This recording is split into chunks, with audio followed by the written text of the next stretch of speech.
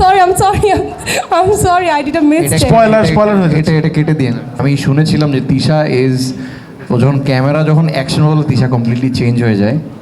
First of all thank you Pritam, আমি কখনো ভাবি নাই প্রীতম এত ভালো ভালো কথা বলবে আমাকে নিয়ে। I think she has proven herself in the drama industry very well. সে তার নাটক এখনও ফেমাস।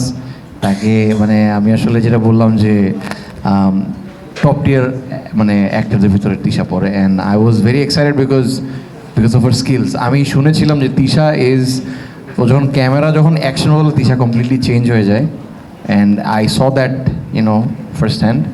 আমার কাছে মনে হয়েছে যে আসলে শি তার অনেক বেশি পোটেনশিয়াল আছে এখনও। নতুন নতুন ডিরেক্টর যারা যারা আছেন ডেফিনেটলি তাকে নিয়ে আরও কাজ করবেন, আরও এক্সপ্লোর করার অনেক জায়গা আছে, and that's it from my side আর কি। বাহ, brilliant. So Tisha working with Pritam, are you a fan by the way? Are you fan? No, you are not. He is not my fan. So you don't like his আমি songs? বলি নাকি আমি বলি? আচ্ছা, আচ্ছা, sure, hello please, everyone, please. First of all thank you Pritam, আমি কখনো ভাবি নাই প্রীতম এত ভালো ভালো কথা বলবে আমাকে নিয়ে। But truly speaking, when I heard যে প্রীতম হাসান আমি একসাথে আমাদেরকে কাজ করা হয়েছে, I was happy, of course I was happy because আমি ওর অ্যাক্টিংয়েরও ফ্যান ছিলাম, নট অনলি সিঙ্গার, মানে থাকে না যে আমি গানের ফ্যান শুধু এটা না, আমি তার অ্যাক্টিংয়ের ফ্যান এই জন্য ছিলাম বিকজ আমরা অ্যাক্টিং সবাই করি, বাট আমরা ন্যাচারাল অ্যাক্টিং খুব কম মানুষই করতে পারি। সো সেই ক্ষেত্রে আমি বলবো প্রীতমের যত আমি অ্যাক্টিং দেখেছি সে খুব ন্যাচারালি অ্যাক্টিং করে, মানে যেটা মনে হবে না দ্যাট হিজ অ্যাক্টিং, মনে হয় যে আচ্ছা ওর এটাই, যখনও যে ক্যারেক্টারটা প্লে করে ওইটাই ওকে রিয়েল মনে হয়। সো ওই জায়গা থেকে আই ওয়াজ হ্যাপি যখন আমাকে প্রীতম ভাইয়া বলে এই প্রীতমের কথা। সো কাজ করে I felt the same, and আমাদের একসাথে সিন খুব কম ছিল। আই নো এটা আমার sorry I did a mistake. Spoiler হয়ে এটা এটা কেটে দিন। হ্যাঁ, সো যেটাই ছিল, বাট আই ফেল্ট গ্রেট, আমার খুব ভালো লাগছে মানে ওর সাথে কাজ করে। So thank you so much. And আমি একটা কথা না বলেই না যে কো আর্টিস্ট টিম খুব ইম্পর্ট্যান্ট একটা ভালো কাজের পেছনে। সো ওই জায়গা থেকে আমার কো আর্টিস্ট, আমার টিম, আমার ডিরেক্টর সবাই আসলে অনেক সাপোর্টিভ ছিল। So thank you everyone. Thank you Tom Holland of Churki, যাই হোক giving. So Pritam, multiverse of Pritam আর কি, প্রীতম ভাই 100%। আপনার কাছে জানতে চাইবো, you R working with them, specially other Pritam, তার ওনার সাথে কি প্রথম কাজ আপনার, রাইট? প্রথম কাজ। What is your experience overall with working with this three brilliant artist? Breakfast, tiffin কিংবা স্ন্যাক টাইমে মজাদার আয়োজন মানে অল টাইম ব্রেড। আচ্ছা, তো প্রথমে আমি যদি বলি তাহলে হচ্ছে গল্পটা আমি লিখেছিলাম, আমার আম্মু হসপিটালে ছিল, টিউমার অপারেশন হচ্ছিল, তো আম্মু হচ্ছে আইসিইউতে ছিল, আর আমি হচ্ছে বাইরে থেকে গল্পটা লেখা শুরু করলাম। আমাকে আলফাই থেকে একটা গল্প চাওয়া হচ্ছিল যে দুর্দান্ত একটা গল্প দিতে হবে, এবং আমি শাকিল ভাইয়ের সম্পর্কে একটু বলতে চাই আগে। শাকিল ভাইয়ের সাথে আমি যখন অ্যাজ এ ডিরেক্টর প্রডিউসার হিসেবে মিটিং করলাম, আমাদের সাইকোলজিটা খুব ভালো ম্যাচ করলো, যে আমি যে ধরনের টেস্টের গল্প বলতে চাই, আমার মিউজিক টেস্ট, শাকিল ভাইয়ের টেস্ট সব মানে পারফেক্টলি মনে হয়েছে। তো আমি শাকিল ভাইকে প্রায় 4টা থেকে 5টার মতন গল্প শোনালাম। 4টা থেকে 5টা গল্পই প্রসেসিং চলছে, কিন্তু এই গল্পটা আমি এমনভাবে লিখলাম, লেখার পর যখন শাকিল ভাইকে পাঠালাম বা আলফাই টিম পড়লো, ইভেন এটা যখন চরকিতে গেল, ওরা বললো যে এটা সিনেমার গল্প এবং এটা সিনেমা হওয়া দরকার এই প্লটটা নিয়ে। সো যেহেতু প্রীতম ভাইয়ের কথা আসতেছে, প্রীতম ভাইয়ের সাথে আমার কাজ করার প্ল্যান ছিল বুক পকেটের গল্প থেকে। তখন তিনি হচ্ছে কাছের মানুষ দূরে ধুইয়া করছিলেন দেখে আমরা প্রীতম ভাইকে পাইনি।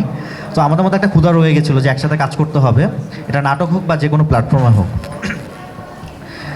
তো ফাইনালি আমি প্রীতম ভাইকে নিয়ে বললাম যে ভাই আমি আপনাকে ভেবে একটা গল্প লিখতেছি, এবং গল্পটা শুরু হয়েছে আসলে প্রীতম ভাই, এবং আমার গল্পের মধ্যে চরিত্রগুলো সবসময় আমার সাথে কানেক্ট করে।